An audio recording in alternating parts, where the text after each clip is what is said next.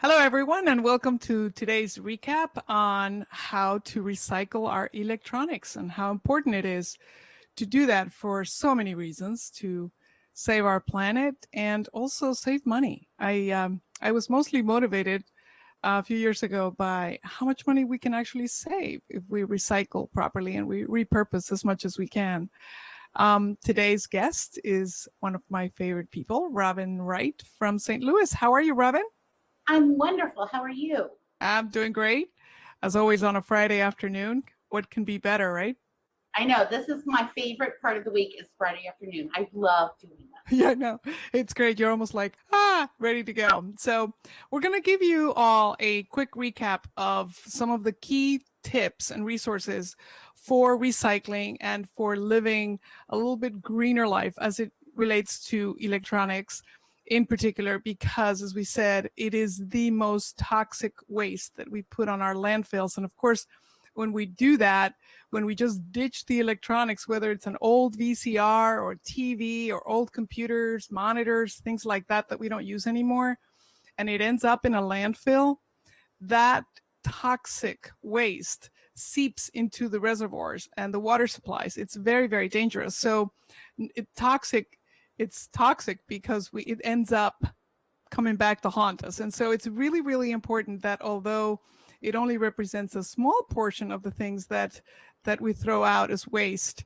it is 70% of the toxicity of the waste. And so that's why we do this at least once a year, and we try to remind everyone on what are some of the great ways you can actually recycle your electronics. We're going to give away this beautiful Droid Turbo.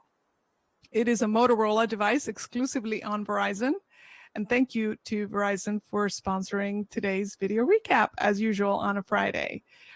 So I'm going to start by asking actually you, that person that's going to win this Turbo, to tell us the one thing or two that you're going to immediately implement as part of your new greener lifestyle in an effort to save you money or save the planet.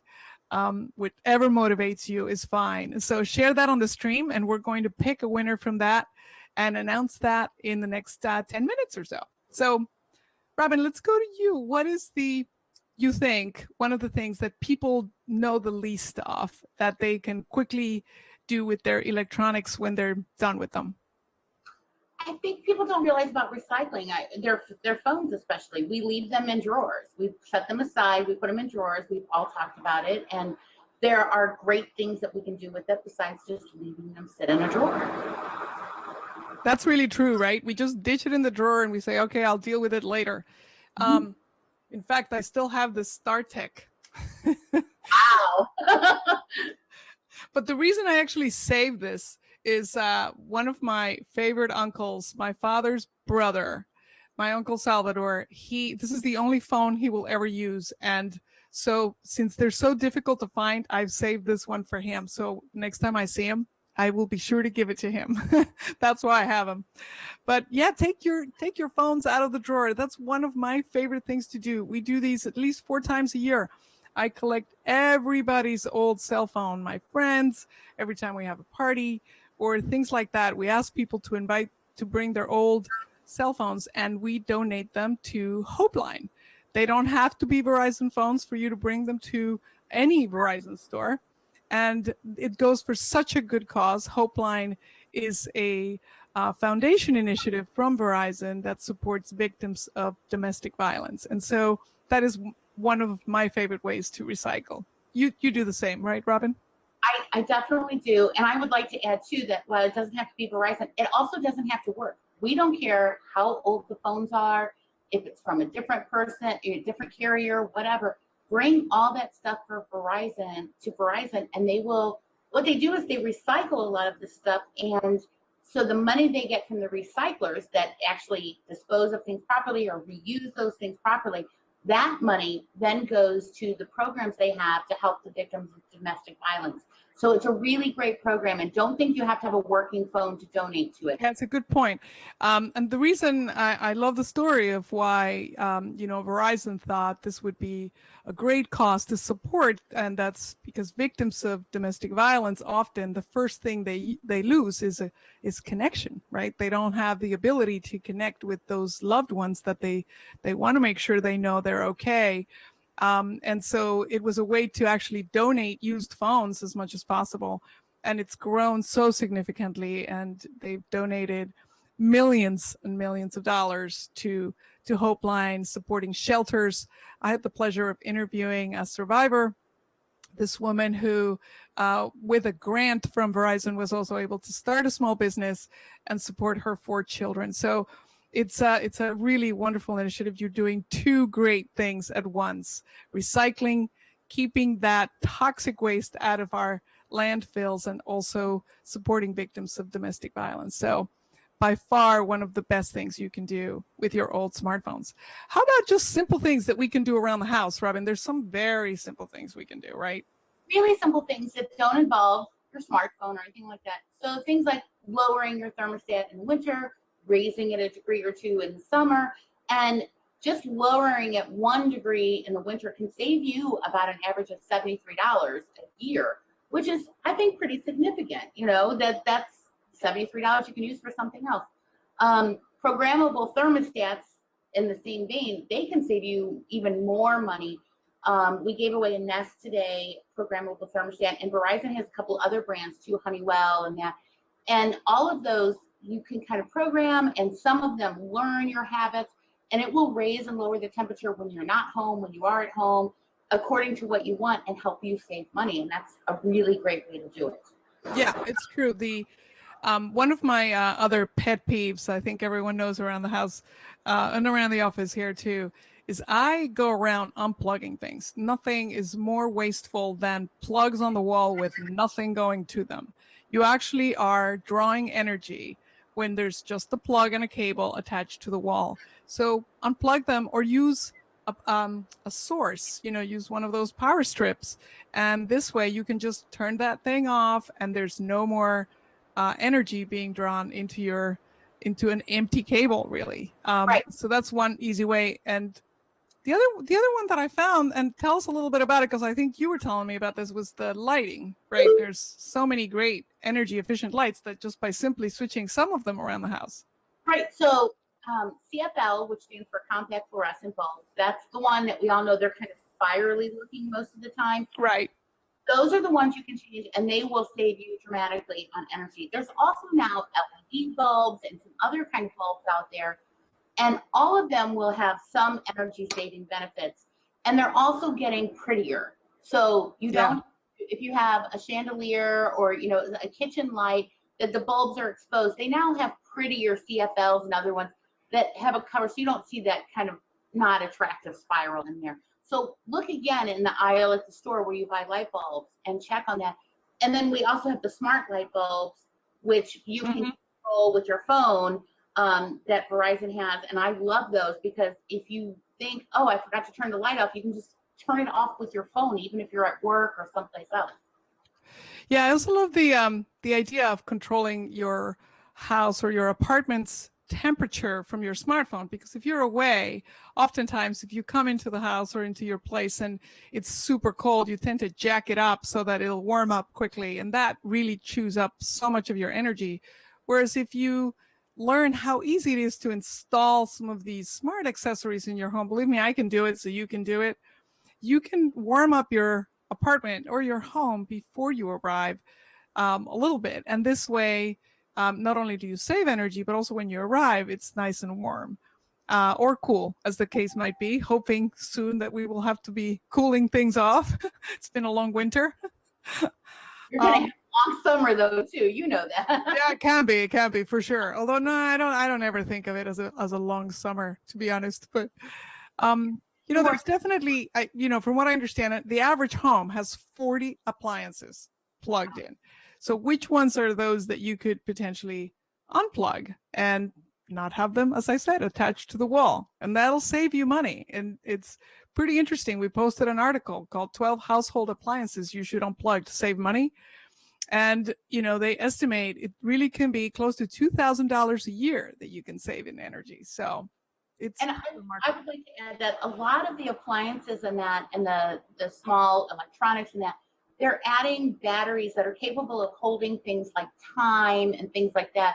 So you remember you used to unplug the VCR and then the light would flash 12, 12, 12, 12, 12, and you had to reset it. So nobody wanted to unplug it. But these newer devices and appliances and that have a little bit of a battery in there that can help with that. So you can still unplug those things.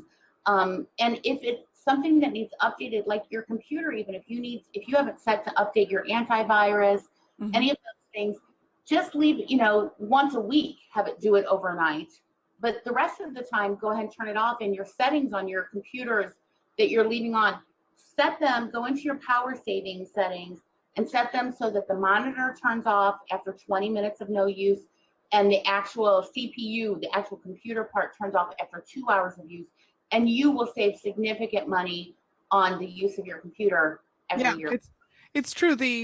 One of the important things also to remember is that you can also bring most electronics, old electronics, to Best Buy, to Staples, and also just load them up in the truck and bring them over, and they will take them.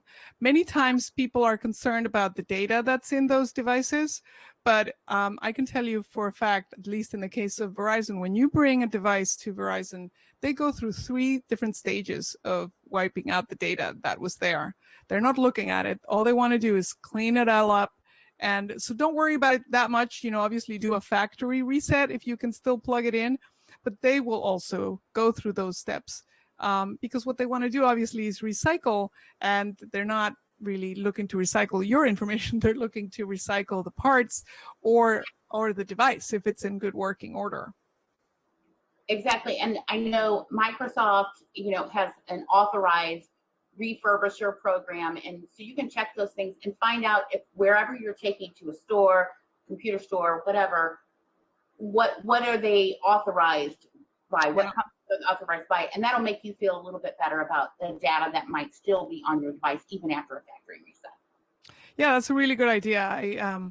I was walking around the neighborhood and I saw, like an old monitor. I would be so embarrassed to put an old monitor on the curb because, it's so full of awful stuff, and that was just left out there for potentially the trash people to pick it up. But the town, and oftentimes what you can do is call your town, call the town village, call the municipality. They will have recycling days. I know that in our town, for example, the recycling electronic waste pickup is once a week.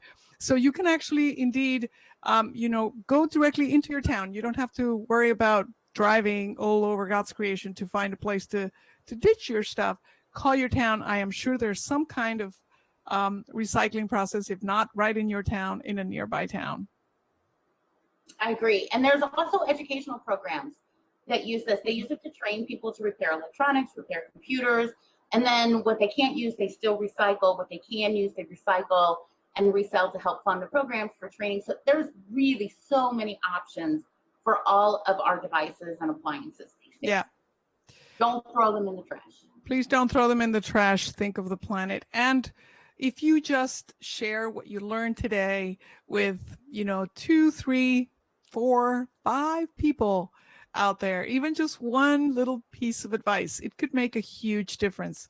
Paul was telling me about the difference in what we consume for electricity and what the average human being in the rest of the world consumes as far as electricity. And you'd be astounded at the contrast. So I'm sure we could all do with a little bit less power, turn off those lights when you leave the room, and get your kids to, be conscious of it. I think somebody posted, which is true. It may happen, it may have happened still while Ty was in school, Robin, that the schools are really doing a great job at educating kids. I know my daughter came home one day to, pretty much finger wagging, telling me some of the things she wanted to be sure we were doing. I so agree. When my son was in school, they really taught him well, and this has been a few years ago even, and he really got us started on paper recycling before our city even had a garbage recycling program. So we knew we had to save all the paper and take it up to school and put it in the recycling bin at school. And they had contests and stuff for it. But I really, that was one of my tips today, was that let your kids who are in school that are learning about recycling, reusing, reducing, all of those things, let them be in charge of your at-home program. I mean, you're going to supervise them, of course, but let them teach you what they're learning, and it empowers them to see how important it is as well that you're letting them do that. Yeah. Is there a couple of apps, Robin, that you want to share just as we wind down the clock and announce the winner of the Droid Turbo that can help, remind us of being green that you want to share? I would say, so one of them is Seafood Watch, and that may sound a little bit different than what we've been talking about, but it actually teaches you what seafoods you can buy now that are sustainable, that are overfished and things like that, and that's a great one if you're buying any kind of seafood ever. Out of Milk is one of my favorites. It's like a shopping list, and so instead of writing your shopping list on a piece of paper, put it in your smartphone on this app, and then you just check it off as you're going through the store. Everybody has it. You can share it with other members of your family. So if your husband's running the store, that's a great way to do it. Leafly, Leafully, helps you understand your energy footprint, and it's really an interesting one. And Paper Karma, this is an app that will help you get rid of the junk mail that comes to your house. Tell companies that you don't want it. And so that's going to save a lot of trees, a lot of energy, a lot of resources. And then the final one I would say is iRecycle. And that one will give you all sorts of information about local recycling opportunities and what can and cannot be recycled. And it's a really great app as well. Yeah, that's a very good tip. We'll post the names of these apps, Robin, if you don't mind, so that people can see them. And there's a question that what type of data stored on a monitor? There's no data stored in a monitor.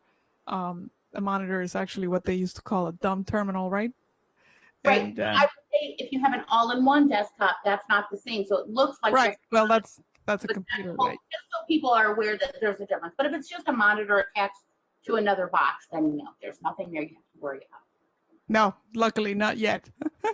Okay, we're going to announce the winner of the Droid Turbo today, and that person is Tweety Bird 43. Congratulations! We're going to send you this amazing Motorola Droid Turbo.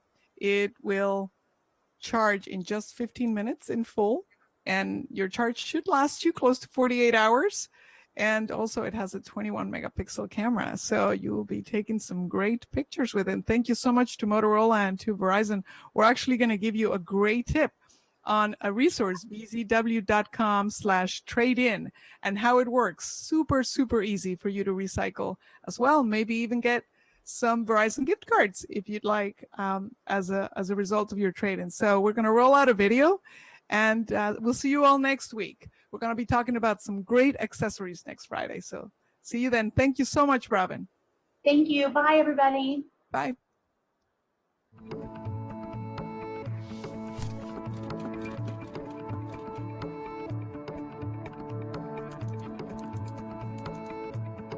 Let's face it, our planet is pretty spectacular.